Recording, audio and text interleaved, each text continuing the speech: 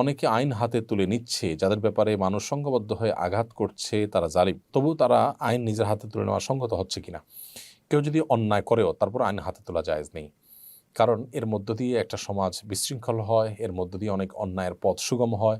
আপনি যাকে অন্যায়কারী হিসাবে তার ব্যাপারে শাস্তি দেওয়ার কাজটা করতে যাচ্ছেন, এটা যদি আরেকজনও করে তাহলে সেক্ষেত্রে ঠুনকো অজুহাতে একজন আরেকজনের শত্রুতা উদ্ধার করা শুরু করবে। সমাজে একটা বাজে দৃষ্টান্ত তৈরি হবে এবং একটা অস্থিতিশীল পরিস্থিতি আসবে।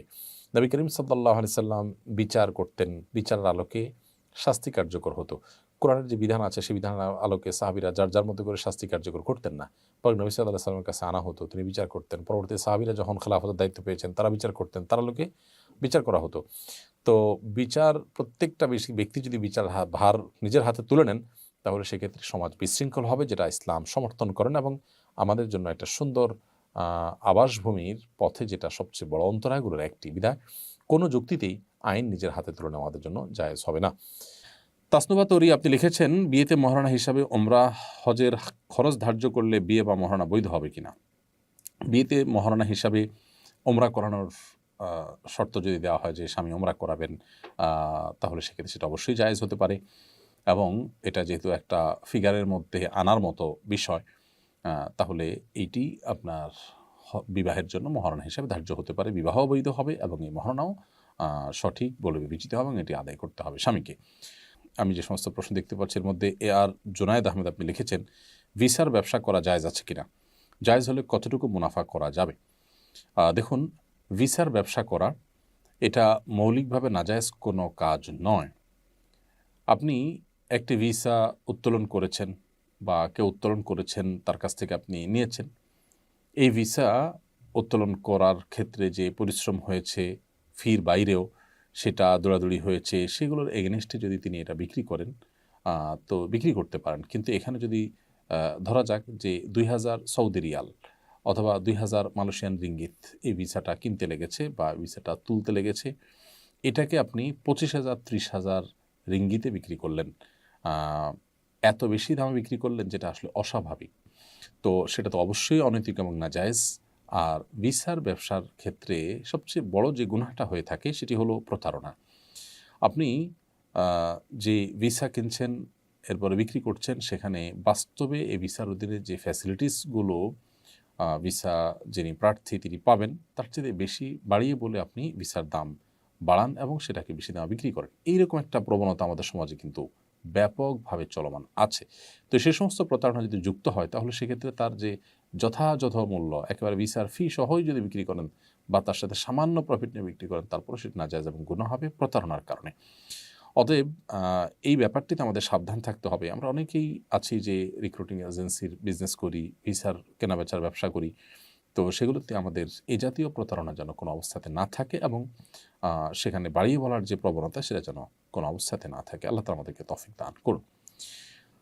এরপরের প্রশ্ন হলো, যাকে কষ্ট দিয়েছি তিনি মারা গেছেন, এমত অবস্থায় পরকালীন শাস্তি থেকে বাঁচতে করণীয় কী?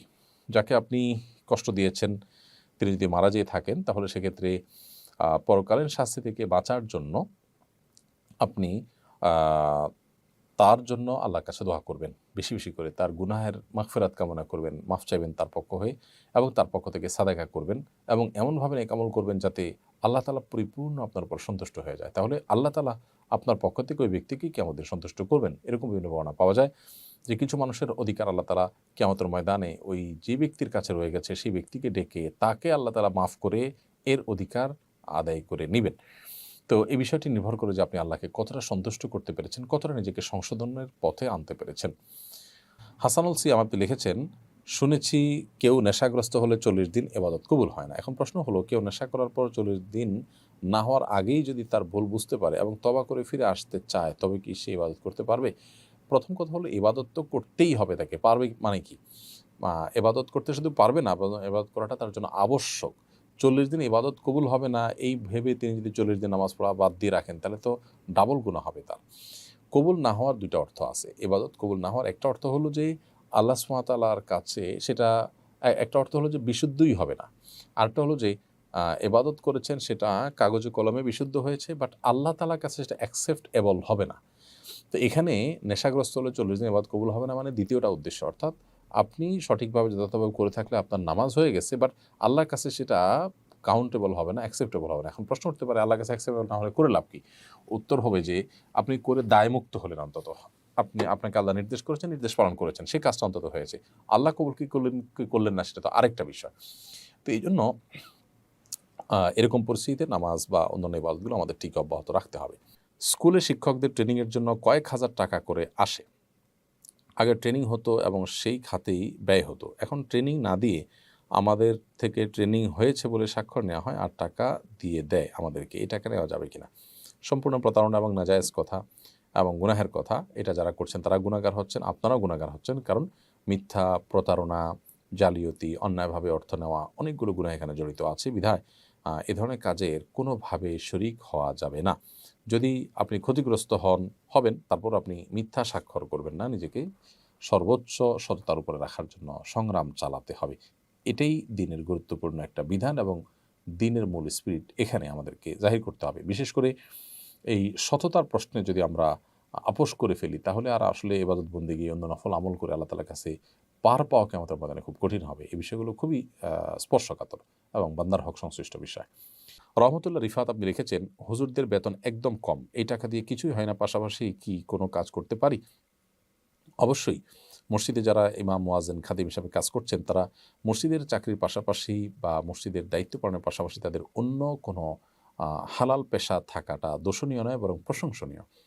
আমাদের দেশে এটাকে দোষণীয় মনে করা হয়। যারা দোষণীয় মনে করছেন তারা আসলে কুসংস্কারের মধ্যে ডুবে আছেন।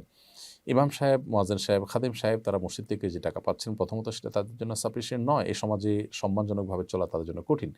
আর দ্বিতীয়ত হলো, এর পাশাপাশি তাদের একটা হালাল উপার্জন হয়, তারা যদি স্বাবলম্বী হয়ে যান, একটা সময় তারা যদি মসজিদে আল্লাহর ঘরে বিনা পয়সায় সার্ভ করতে পারেন, খেদমত করতে পারেন, সন্দেহাতীতভাবে সেটা প্রশংসনীয়, সন্দেহাতীতভাবে সেটি ভালো হবে। অতএব সেই উদ্যোগ আমাদের নেওয়াটা দোষণীয় মনে করা উচিত নয়। এর পাশাপাশি আরেকটা গুরুত্বপূর্ণ দিক আছে, সেটা হলো যে পৃথিবীর অন্যান্য দেশে আমরা দেখি, বিশেষ করে আরবের কথা আমি বলতে পারি, যে সেখানকার ওলামা একরাম কিন্তু মসজিদের দায়িত্ব পালন করার পাশাপাশি অন্যান্য পেশায় নিয়োজিত থাকেন। আমরা হারামাইনের কথা যদি বলি, মক্কা বা মদিনার ২ মসজিদ, সেখানে দেখব যে সেখানকার কিন্তু যারা ইমাম খতিব আছেন, এমনকি যারা মুয়াজ্জিন আছেন, তারা প্রায় সবাই কোনো না কোনো পেশার সাথে তারা জড়িত। সরকারি, বেসরকারি বিভিন্ন চাকরি করছেন, পাশাপাশি তারা এই কাজটা করেন। এবং সৌদি আরবের যতগুলো মসজিদ আছে বিভিন্ন প্রান্তে ছড়িয়ে ছিটিয়ে থাকা, সেসব মসজিদগুলোর প্রায় সব ইমাম, খতিব, মুয়াজ্জিনরা সবাই হয় কেউ স্কুল শিক্ষক, এমনকি কেউ মিলিটারি, কেউ পুলিশে চাকরি করেন, কেউ অন্যান্য চাকরি করেন। পাশাপাশি তারা মসজিদের দায়িত্ব পালন করছেন। তো মসজিদ থেকে যে টাকা নিচ্ছেন তারা অনেকে দান করে দিচ্ছেন, অনেকে হয়তো সেটা তার কাজে ব্যবহার করছেন, আবার অনেকে নিচ্ছেনই না, শুধুমাত্র আল্লাহর জন্য করছেন। তো সব মিলিয়ে এখান থেকে আমাদের একটা ভালো শিক্ষা গ্রহণ করার সুযোগ রয়েছে। সো মসজিদ ইমাম সাহেব, মুয়াজ্জিন সাহেব, খতিব সাহেব তারা যদি ইমামতি, মুয়াজ্জিনী এবং তাদের খাদেমের দায়িত্ব পালন করার পাশাপাশি কোনো একটা হালাল উপার্জনের পথ খোঁজেন বা সে পথ অবলম্বন করেন, সমাজের মানুষ হিসাবে আমরা সেটাকে দোষণীয় মনে করাটা বরং দোষণীয়। আল্লাহ আমাদেরকে হেদায়েত দান করুন।